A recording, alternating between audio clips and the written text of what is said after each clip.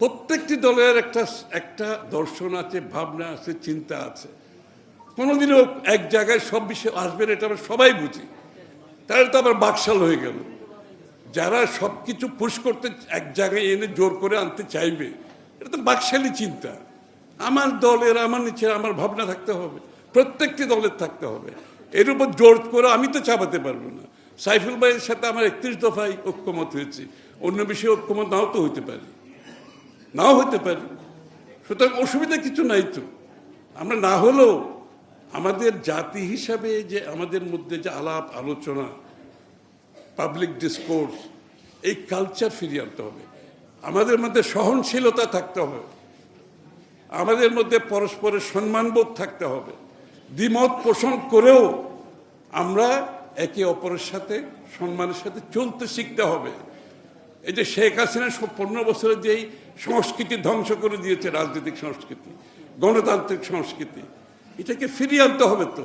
মানে কোনো সংস্কার, এটা ফুয়াদ যেটা বলছে কারেক্টলি, কোনো সংস্কার কাজ করবে না। আমি বলছি 1000 সংস্কার করেন, বাংলাদেশে কোনো ভবিষ্যৎ থাকবে না যদি আমাদের সহনশীল, পরস্পরের প্রতি সম্মানবোধ না রাখতে পারি। কোনো সংস্কার এখানে কাজ করবে না। এবং দ্বিমত থাকবে, আমরা বিভিন্ন বিষয়ে দ্বিমত থাকবে, কিন্তু সম্মানবোধ থাকবে না কেন? এই জিনিসটা আমাদেরকে আনতে হবে। সবশেষে আমি, একজন বোধহয় বক্তা বলেছেন যে পরবর্তী বিপ্লব আন্দোলনের পরে শেখ হাসিনা পালিয়ে যাওয়ার পরে জাতীয় সরকারের জন্য একটা প্রপোজাল দিয়েছিল। আমি একটা কথা পরিষ্কার করতে চাই, রাজনৈতিক দল ক্ষমতায় আসবে নির্বাচনের মাধ্যমে। এটা হচ্ছে রাজনীতির চরিত্র, এটা হচ্ছে গণতন্ত্রের চরিত্র, এটা হচ্ছে একটা রাজনৈতিক দলের চরিত্র। আর যেটা ইন্টেরিয়াম সরকার থাকবে, এটা সবসময় একটা ইন্ডিপেন্ডেন্ট সরকার হতে হবে। কারণ আপনি সব রাজনৈতিক দলকে এখানে এনে কোনো সরকার পরিচালনা করা যাবে না।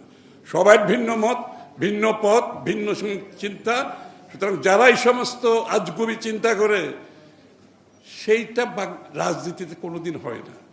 রাজনীতি যারা প্র্যাকটিস করে তারা এগুলো বুঝে, যারা প্র্যাকটিস করে না তাদের পক্ষে এগুলো বোঝা একটু কঠিন। সুতরাং অলওয়েজ আমরা আশা করব এই সরকার একটা নিরপেক্ষ সরকার এখনও থাকবে, নির্বাচনের সময় থাকবে। সকলের আশা পূরণ করতে হলে একটি সুষ্ঠু নিরপেক্ষ নির্বাচনের জন্য এই সরকারের নিরপেক্ষতা অত্যন্ত গুরুত্বপূর্ণ। এই জন্য আমরা চাই এই সরকারে কোনো রাজনীতিবিদ না ঢুকুক, ওনারা করুক নিরপেক্ষভাবে। যেভাবে আমরা কেয়ারটেকার গভর্নমেন্টগুলো সফলভাবে বিগত দিনে আমাদের নির্বাচনগুলো করতে সক্ষম হয়েছে, একমাত্র কারণ হচ্ছে তারা নির্দলীয় অবস্থায় ছিল।